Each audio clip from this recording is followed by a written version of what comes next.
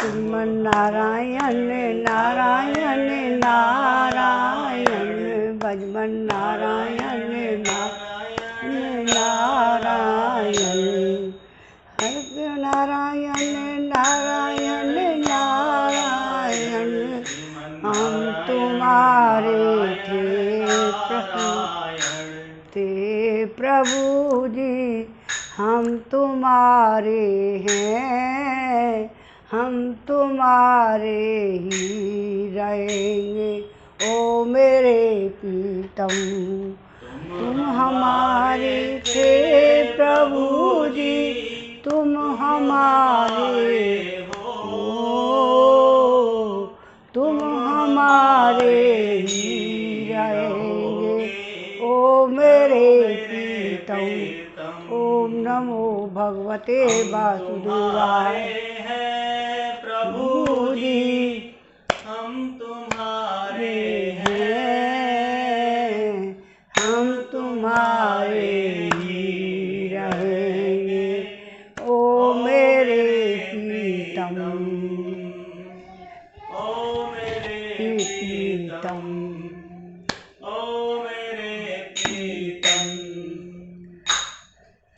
गोविंद मेरो है गोपाल मेरो है कृपा के बिहारी नंद लाल मेरो है बाके बिहारी जय हो तुम्हारी बाके बिहारी जय हो तुम्हारी जय हो तुम्हारी लाला जय हो तुम्हारी गोविंद मेरो है गोपाल मेरो है श्री बाके बिहारी नंद लाल मेरो है बाके बिहारी जय हो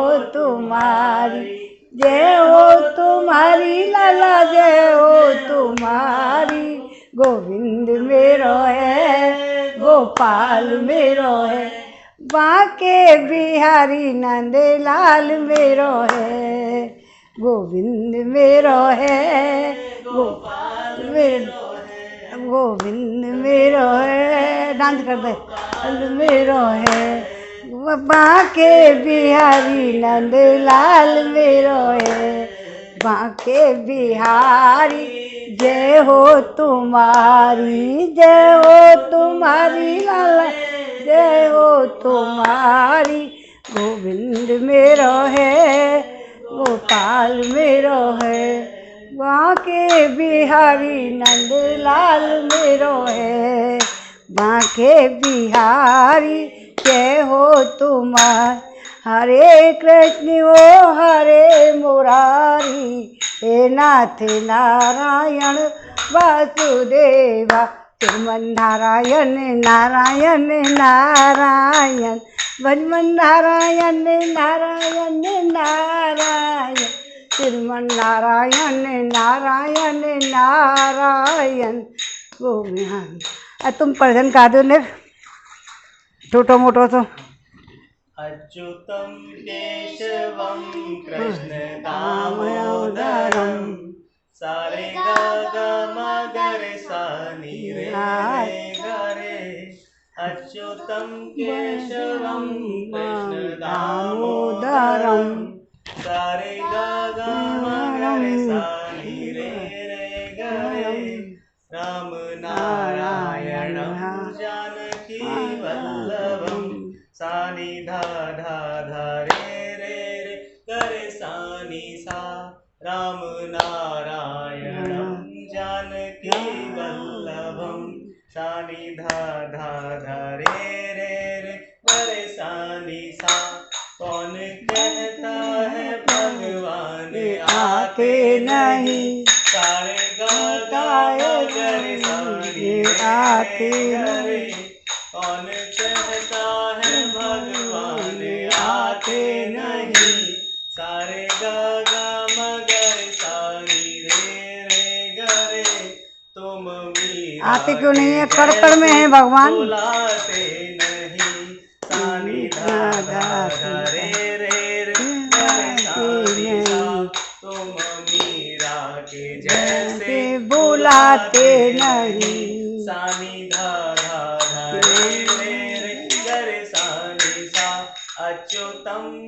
केशवं कृष्ण दामोदरं सारे गा गा मगरे सानी रे गरे राम नारायणं जानकी वल्लभं सानी धा धा धा रे गरे सानी धा।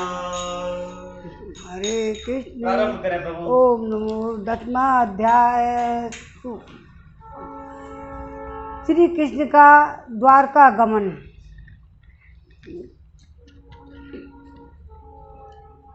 श्री कृष्ण का द्वारका गमन। अब युधिष्ठिर पे विदा लेके जा रहे हैं भगवान श्री कृष्ण अपने घर जा रहे हैं, द्वारका जा रहे हैं। द्वारका जाने का। शौनक जी ने पूछा, धार्मिक शिरोमणि महाराज, युधिष्ठिर ने अपनी पैतृक संपत्ति को हड़प जाने के इच्छुक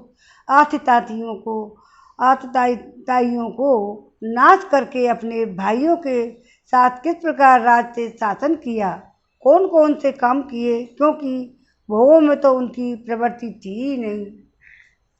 सूर्य कहते हैं, संपूर्ण सृष्टि को उज्जीवित करने वाले भगवान श्री हरि परस्पर की कलह अग्नि से दुग्ध कुरुवंश को पुनः अंकुरित कर और युधिष्ठिर को उनके राज सिंहासन पर बैठाकर बहुत प्रसन्न हुए। जय श्री कृष्णा। हरे हरे। भीष्म पितामह और भगवान श्री कृष्ण के उपदेशों के समर से उनके अंतःकरण में विज्ञान का उदय हुआ और भ्रांति मिट गई। भगवान के आश्रय में रहकर वो तो युधिष्ठिर तो राज ले ही नहीं रहे थे। जो भगवान कृष्ण ने समझाया और उन्हें इतने युद्ध हुए, इतने सब कुछ मर गए, फिर कौन कर संभाले। और भीष्म पितामह ने भी उनको बहुत समझाया था युधिष्ठिर को। तो भगवान के आश्रय में रहकर वे समुद्र पर्यंत सारी पृथ्वी का इंद्र के समान शासन करने लगे। युधिष्ठिर का राज। भीमसेन आदि उनके भाई पूर्ण रूप से उनकी आज्ञाओं का पालन करते थे। युधिष्ठिर के राज में आवश्यकता अनुसार यथेष्ट वर्षा होती थी। पृथ्वी में समस्त अभिष्ट वस्तुएं पैदा होती थी। बड़े बड़े धनों वाली बहुत सी बहुत सी गौएं प्रसन्न रहकर गौशालाओं के दूध से सींचती रहती थी। नदियाँ, समुद्र, पर्वत, वनस्पति, लताएं, औषधियाँ प्रत्येक ऋतु में यथेष्ट रूप से अपनी अपनी वस्तुएं राजा को देती थी। अजातशत्रु महाराज युधिष्ठिर के राज्य में किसी प्राणी को कभी भी आदि व्याधि तथा दैविक भौतिक आत्मिक कलेश नहीं होते। मतलब बहुत अच्छा सुखमय जीवन था। और अपने बंधुओं को शोक मिटाने के लिए और अपनी बहन सुभद्रा को प्रसन्नता के लिए उन्होंने भगवान श्री कृष्ण कई महीनों तक हस्तिनापुर में ही रहे। फिर जब उन्होंने राजा युधिष्ठिर से द्वारका जाने की अनुमति मांगी, तब राजा ने उन्हें अपने हृदय से लगाकर स्वीकृति दे दी। भगवान उनको प्रणाम करके रथ पर सवार हुए। कुछ लोगों समान उम्र वालों ने उनका आलिंगन किया और कुछ छोटी उम्र वालों ने समान उम्र वालों ने तो आलिंगन किया और उनके आलिंगन किया। छोटी उम्र वालों ने प्रणाम। उस समय सुभद्रा, द्रौपदी, कुंती, उत्तरा, गांधारी, धृतराष्ट्र, युयुत्सु, कृपाचार्य, नकुल, सहदेव, भीमसेन, सौम्य, सत्यवती आदि तब मूर्छित से हो गई थी। वे सांगपाण श्री कृष्ण का विरह नहीं सहन सके। भक्त तत्पुरुषों के संग से जिसका संग छूट गया हो, वह विचारशील पुरुष भगवान के मधुर मनोहर सुबह को एक बार भी सुन लेने पर भी उसे छोड़ने की कल्पना ही कर सकते। जिन्हें मालूम पड़ गई कि ये भगवान है, फिर भगवान है, अब ये हमारा साथ छोड़ के जा रहे हैं, तो दुख तो होंगे ना। जब अपने आदमी बेसिंदी दुखी है जाए परिवार के थे, तो वो तो भगवान थे, सारे काम किए उनके। अब वे सांगपाण श्री कृष्ण का विरह नहीं सह सके। भक्त सत्पुरुषों के संग से जिसका दुसंग छूट गया है, वो विचारशील पुरुष भगवान के मधुर मनोहर सुयश को एक बार भी सुन लेने पर भी उसे छोड़ने की कल्पना भी नहीं करता। उन्हीं भगवान के दर्शन तथा स्पर्श से उनके साथ आलाप करने से साथ ही साथ सोने उठने बैठने और भोजन करने से उनका संपूर्ण हृदय उन्हें समर्पित हो चुका था। वे पांडव भला उनका विरह कैसे सहन कर सकते। उनका चित्र द्रवित हो रहा था। वे सब निर्विवेश नेत्रों से भगवान को देखते हुए स्नेह बंधन से बंधकर जहाँ तहाँ दौड़ रहे थे। भगवान श्री कृष्ण के घर से चलते समय उनके बंधुओं की स्त्रियों के नेत्र उत्कंठावश उमड़ते हुए आंसुओं से भर आए, परंतु इस भय से कि यहाँ कहीं यात्रा के समय अब तक ना हो जाए, इसलिए आंसुओं को रोक लिया गया। जाते टाइम को सामने रोना नहीं चाहिए, इसका मतलब ये है। उन्होंने बड़ी कठिनाई से उन्हें रोक लिया।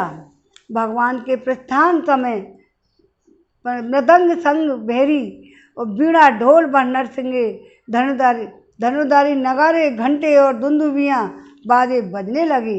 भगवान के दर्शन की लालसा से कुरुवंश की स्त्रियाँ अटारियों पर चढ़ गईं और प्रेम और लज्जा मुस्कान से युक्त चितवन से भगवान को देखती हुई उन पर पुष्पों की वर्षा करने लगी।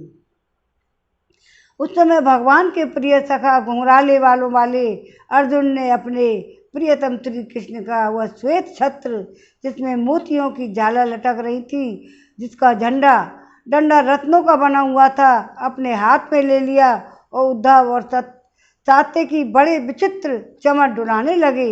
मार्ग में भगवान श्री कृष्ण पर चारों ओर से पुष्पों की वर्षा हो रही थी। बड़ी मधुर झांकी थी। जहाँ तहाँ ब्राह्मणों के दिए हुए सत्य आशीर्वाद सुनाई पड़ रहे थे।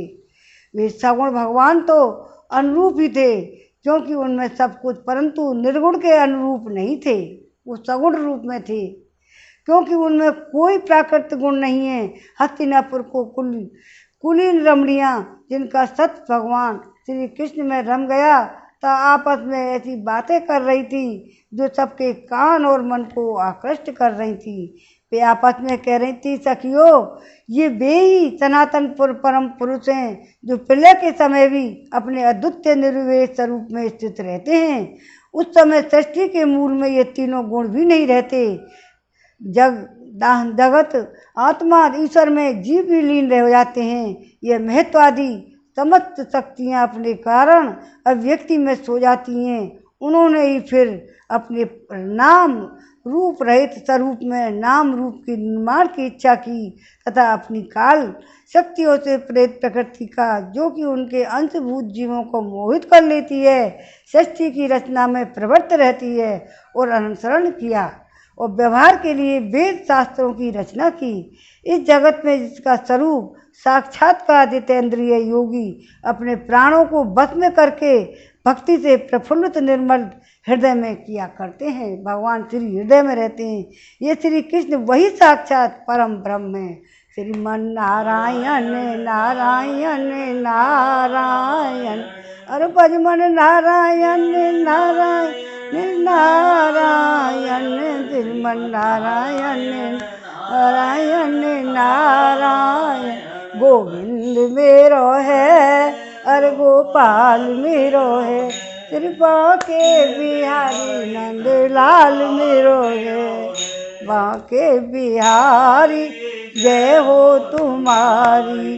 और ये तुम्हारी प्यारे जय हो तुम्हारी। ये श्री कृष्ण वही साक्षात परम ब्रह्म है। वास्तव में इन्हीं की भक्ति से अंतःकरण को पूर्ण शुद्धि हो जाती है, योगादि के द्वारा नहीं। सखी, वास्तव में ये वही हैं जिनकी सुंदर लीलाओं का गायन वेदों में और गोपनीय शास्त्रों में व्यास आदि रहस्यवादी ऋषियों ने किया है, जो एक अद्वितीय ईश्वर हैं। अपनी लीला से जगत की सृष्टि पालन और संहार करते हैं। जब जाने लगे, जब समझो ये मनुष्य नहीं है, भगवान है, अपनी लीला करके चल दिए।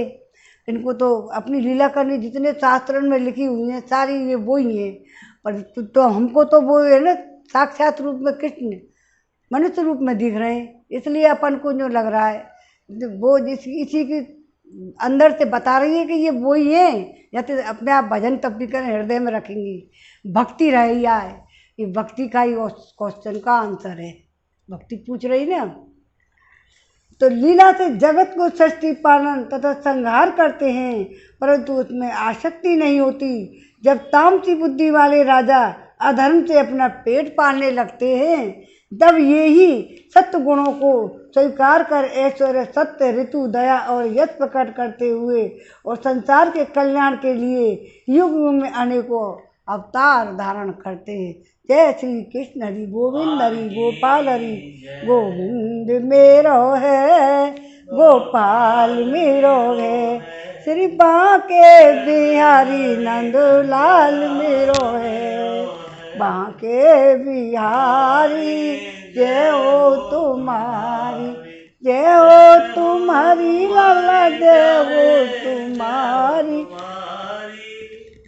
ओ ये अनेकों अवतार धारण करते हैं। ओ ये यदुवंश परम प्रशंसनीय, क्योंकि लक्ष्मीपति पुरुषोत्तम श्री के कोई ब्राह्मण तो है नहीं, भगवान पूजा क्यों कह रहे हैं, ब्राह्मण की पूजा करें। यदुवंशियों के यहाँ जन्म लिया, उनकी इच्छा पूर्ति करी। अब यदुवंशी अपने आप लड़ के मरेंगे। गांधारी का शराब था, इसलिए लड़ के मरे थे, नहीं तो नहीं मरते। श्री कृष्ण ने जन्म ग्रहण करके इस वंश को सम्मानित किया, यदुवंश को। वह पवित्र मधुवन ब्रजमंडल की भी अत्यंत धन्य है, जिसे इन्होंने अपने शैशव एवं किशोरावस्था में घूम फिर कर सुशोभित किया है। बड़े हर्ष की बात है, द्वारका ने स्वर्ग के यश का तिरस्कार करके पृथ्वी के पवित्र यश को बढ़ाया। उनका तिरस्कार, स्वर्ग का तिरस्कार करके द्वारका का यश बढ़ाया। और क्यों ना हो, वहाँ की प्रजा अपने स्वामी भगवान श्री कृष्ण से जो बड़े प्रेम थे, मंद मंद मुस्कुराते हुए उन्हें कृपा दृष्टि से देखते हैं, निरंतर निहारती रहती है। हे सखी, जिनका यहाँ उन्होंने पार ग्रहण किया है, उस स्त्रियों ने अवश्य ही व्रत और स्नान हवन आदि के द्वारा इन परमात्मा को आराधना की होगी। इन्हें कितनी पत्नी बनाई, इन्हें कितनी मुकद्दर वाली हैं।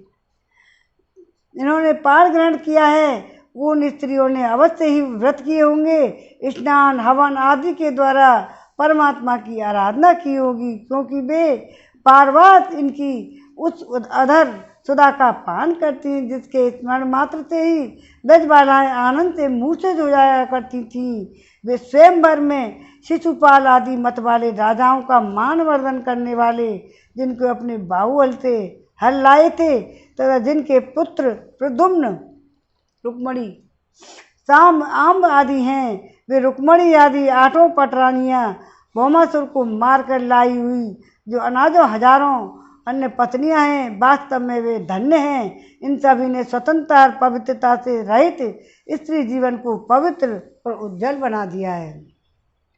इनकी महिमा का वर्णन कोई क्या करे। इनके स्वामी साक्षात कमल नयन श्री भगवान श्री कृष्ण हैं, जो नाना प्रकार की प्रिय चेष्टाओं के पारिजात एवं प्रिय वस्तुओं को भेंटते इनके हृदय में प्रेम और आनंद की अभिव्यक्ति करते हुए कभी एक क्षण के लिए भी इन्हें छोड़कर दूसरी जगह नहीं जाते। हस्तिनापुर की स्त्रियां इस प्रकार बातचीत कर रही थी कि भगवान श्री कृष्ण मंद मुस्कान और प्रेमपूर्ण चितवन से उनका अभिवादन करते हुए और अभिनंदन करते हुए वहाँ से विदा हो गए।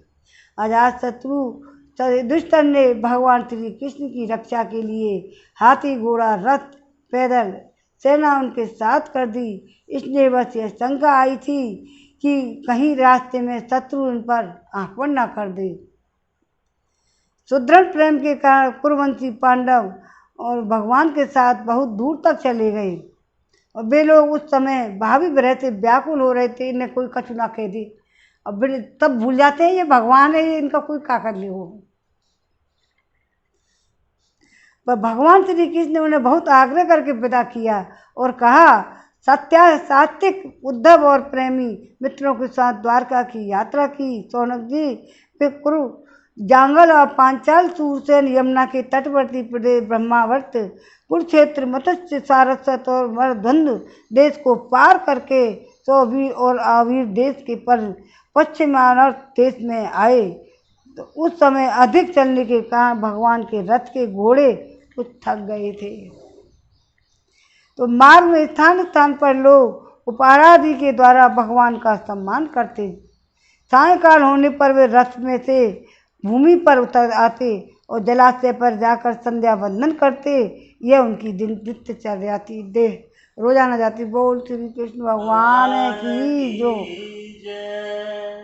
गोविंद जय जय गोपाल जय जय श्री राधा रमन हरि गोविंद जय जय गोविंद जय जय गोपाल जय जय श्री राधा रमण हरि गोविंद जय जय। बोल गोविंद भगवान की जय। अब दूसरा अगला अध्याय। हाँ करिए स्टार्ट। कौन सा 10वां अध्याय समाप्त। अब अथे 10वां अध्याय। द्वारका में श्री कृष्ण का राजोचित स्वागत हो रहा है। कौन सा अध्याय शुरू हुआ है? अब 10वां पूरा हो गया। श्रीमद् भागवते महापुराणे परमहंस्या संहिता प्रथमस्कंदे नैमिष योपाख्यान कृष्ण द्वारका गमन 10वां अध्याय समाप्त। एकादश शुरू हो 11वां है। अब एकादश शुरू हो गया, वो 11वां। हाँ। अथे का 10वां अध्याय। हाँ। द्वारका में श्री कृष्ण का राजोचित स्वागत। सूर्य कहते हैं श्री कृष्ण ने अपने समृद्ध अनर्थ देश में पहुंचकर लोगों की विरह वेदना बहुत कुछ शांत करते हुए अपना श्रेष्ठ पांच जन्य नामक शंख बजाया। वहाँ पहुँच के भगवान के ओठों की लाली से लाल हुआ श्वेत वर्ण का शंख बजते समय उनके कर कमलों में ऐसा शोभामान हो रहा था जैसे लाल रंग के कमलों पर बैठकर कोई राजहंस उच्च स्वर से मधुर गान कर रहा हो। भगवान के शंख की वह ध्वनि संसार के भय को भयभीत करने वाली है। उसे सुनकर सारी प्रजा अपने स्वामी श्री कृष्ण के दर्शन की लालसा से नगर के बाहर निकल आई। तो जोर से बजाया कि आ गए। अब ये तो सबको पता, महाभारत दुआ है। भगवान की जय। गोविंद मेरो है गोपाल मेरो है कृपा के बिहारी नंद लाल मेरो है। हरे कृष्णा कृष्णा कृष्णा हरे हरे हरे रामा रामा रामा हरे हरे हरे कृष्णा कृष्णा कृष्णा हरे हरे हरे रामा रामा रामा हरे हरे।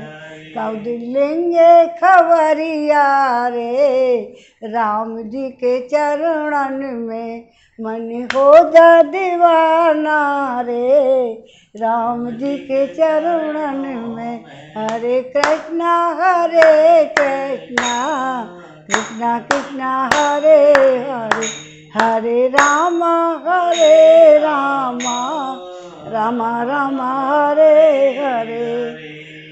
जय कृष्ण कहो जय राम कहो दोनों का मतलब एक ही है। जय कृष्ण कहो जय राम कहो दोनों का मतलब एक ही है। श्री कृष्ण के संग बलदाऊ श्री राम के संग लक्ष्मण भाई। चाहे राम कहो चाहे कृष्ण कहो दोनों का मतलब एक ही है। श्री राम के संग में सीता श्री कृष्ण के संग में राधा है। चाहे कृष्ण कहो चाहे राम कहो दोनों का मतलब एक ही। हरे कृष्णा कृष्णा कृष्णा हरे हरे हरे रामा रामा रामा हरे हरे अरे कब दिन लेंगे खबरिया रे राम जी के चरणन में, कब दिन लेंगे खबरिया रे कृष्ण जी के चरणन में, मन हो जा दीवाना रे राम जी के चरणन में, मन हो जा दीवाना रे गोविंद के चरणों में। बोल कृष्ण चंद्र भगवान की जय। भगवान श्री कृष्ण नगर आत्माराम है, वे अपने आत्मलाभ से ही सदा सर्वदा पूर्ण काम है। फिर भी जैसे लोग बड़े आदर से भगवान सूर्य को योगदान करते हैं, वैसे दीपदान ऐसे ही आदर से भगवान जब सूर्य के दीपदान करते हैं अपन, तो हमारा दीपक कितना सा लगेगा। तो भगवान कृष्ण के आगे अपन सत्कार कर हमारा कौन माने, वो हम कितने कर सकें, हम तो एक मूर्ख जीव हैं। वैसे ही अनेक प्रकार की भेंटों से प्रजा ने श्री कृष्ण का स्वागत किया।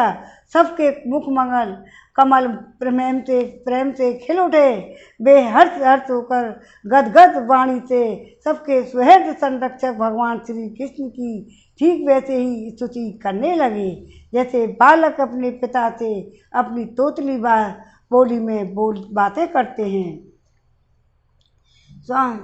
स्वामिन, हम आपके इन चरण कमलों को सदा सर्वदा प्रणाम करते हैं, जिनकी वंदना ब्रह्मा शंकर इंद्र तक करते हैं। इस संसार में परम कल्याण चाहने वाले के लिए सर्वोत्तम आश्रय है। भवान तस्य भवो विश्वभावन तमेव माता पति पिता तम सद्गुरून् परम ते देवते यस्य निवृत्त्या कृतनो विभुव्यम्। ओ सनाथा भवता स्मयध्वं त्रिवेष्टि पापा पानापि दूरदर्शिनं प्रेमस्तेऽस्नेऽद् निरीक्षण गानां पश्यम रूपम तव सर्वोभागम। बोल श्री कृष्ण हरि।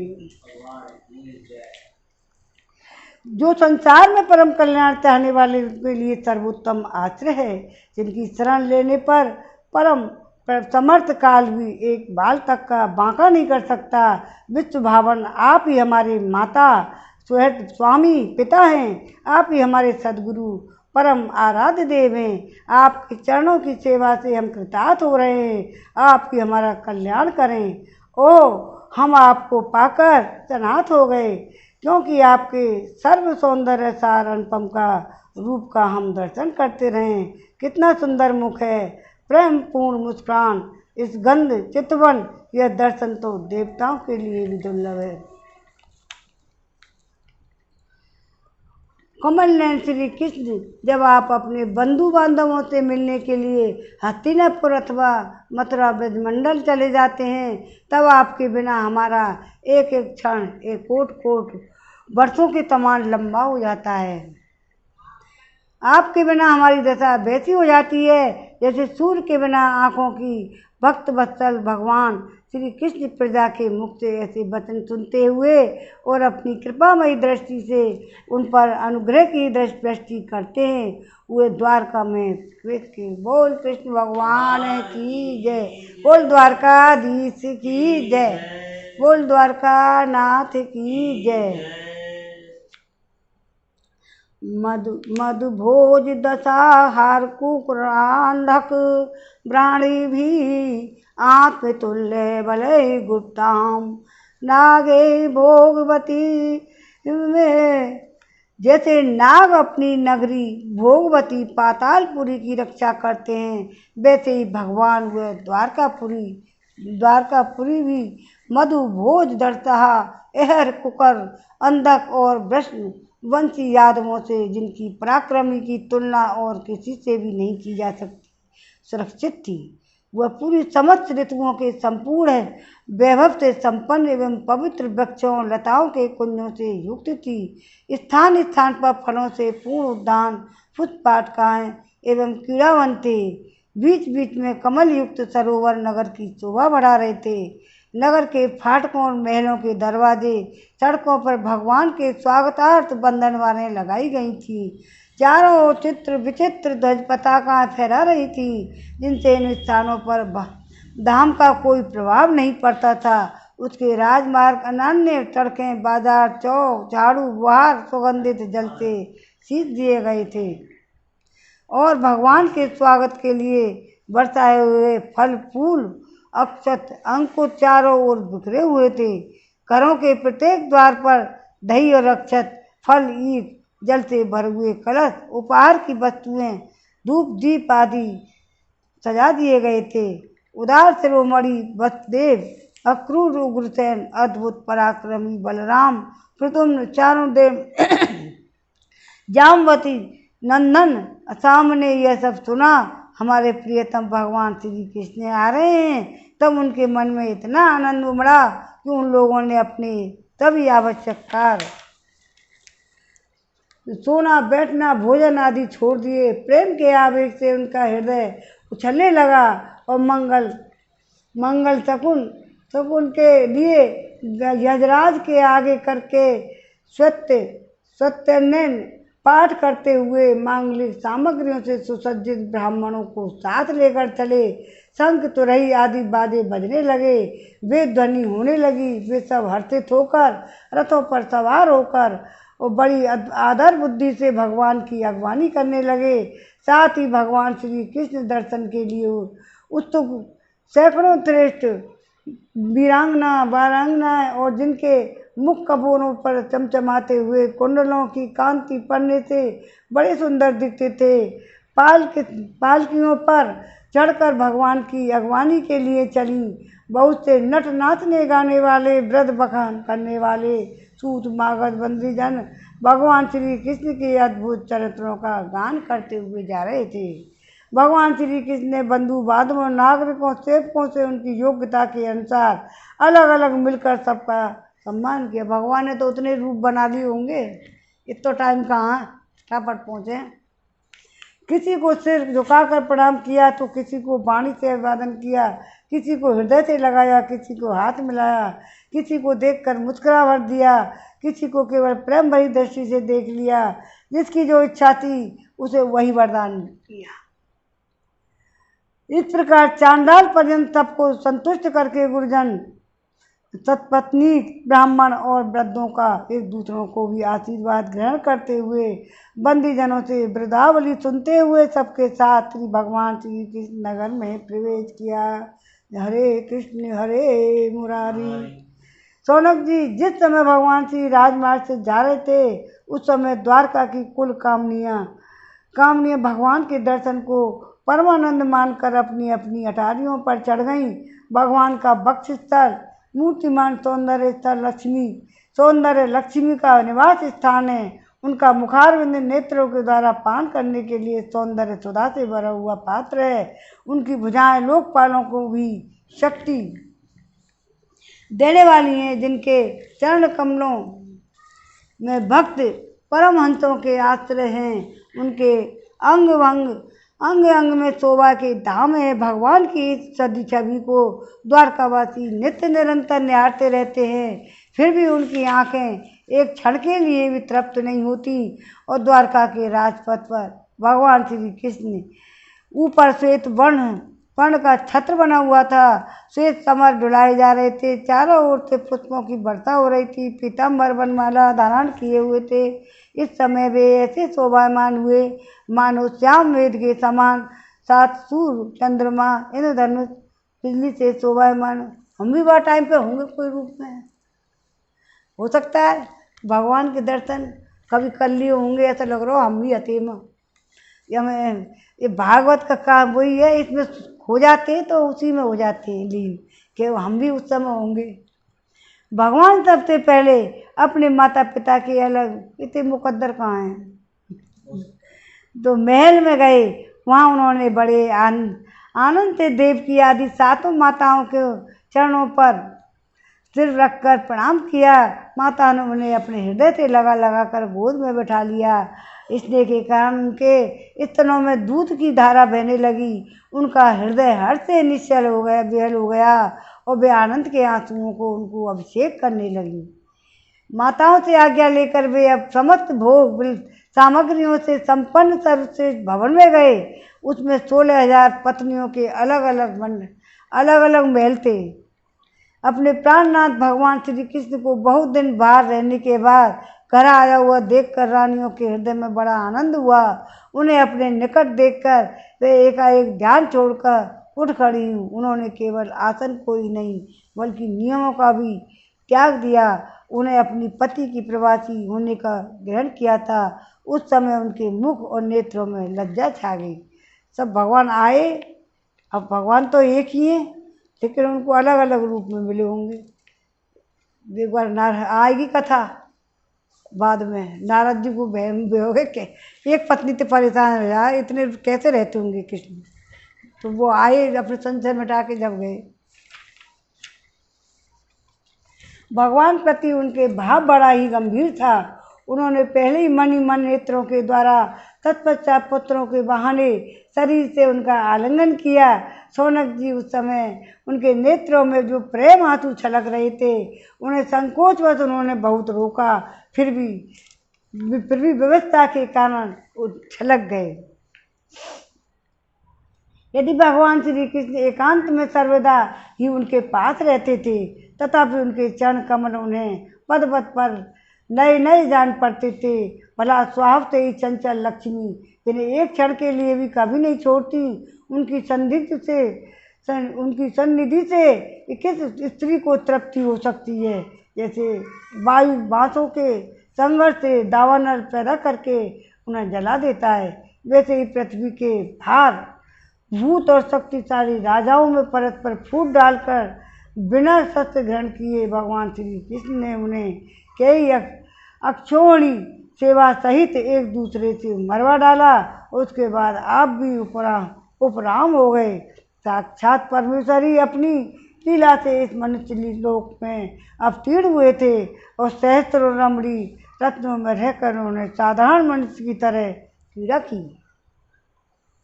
जिनकी निर्मल और मधुर हंसी उनके हृदय के उन्मुक्त भावों को सूचित करने वाली थी, जिनकी लजीली चितवन की चोट से बेसुध होकर विश्वविजयी कामदेव ने भी अपने को धनुष का परित्याग कर दिया था। वे कमनीय कामनियाँ अपने काम विलासों से जिनके मन में तनिक भी क्षोभ नहीं पैदा कर सकी, उन असंग भगवान श्री कृष्ण को संसार के लोग अपने ही धर्म समान धर्म करते देख आसक्त मनुष्य समझते हैं। यह उनकी मूर्खता है। यही तो भगवान की भगवत्ता है। वे प्रकृति में स्थित होकर भी उसके गुणों से भी कभी लिप्त नहीं होते। जैसे भगवान की शरणागत बुद्धि अपने में रहने वाली प्राकृत गुणों से लिप्त नहीं होती। हे बेमूढ़ स्त्रियाँ भी श्री कृष्ण को अपना एकांत से भी स्त्री परायण भक्ति ही समझ बैठी थी, क्योंकि वे अपने स्वामी के ऐश्वर्य को नहीं जानती थी। ठीक वैसे ही अहंकारी व्रतियाँ ईश्वर को अपने धर्म से युक्त मानती हैं। बोल श्री कृष्ण चंद्र भगवान की जय। भगवान की माया अपरंपार है, कोई उनको नहीं पहचान सकता।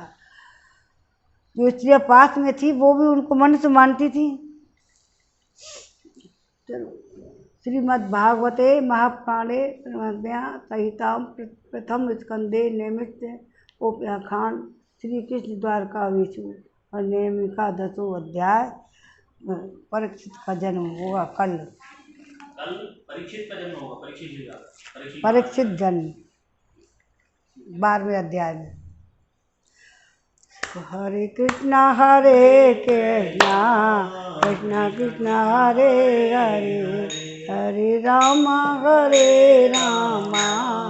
रामा रामा हरे हरे। कौलिंगे कंवरिया रे, राम जी के चरणन में मन हो जा दीवाना रे। राम जी के चरणन में हो जा दीवाना। बोल श्री कृष्णचंद्र भगवान की जय, भगवत पुराण की जय।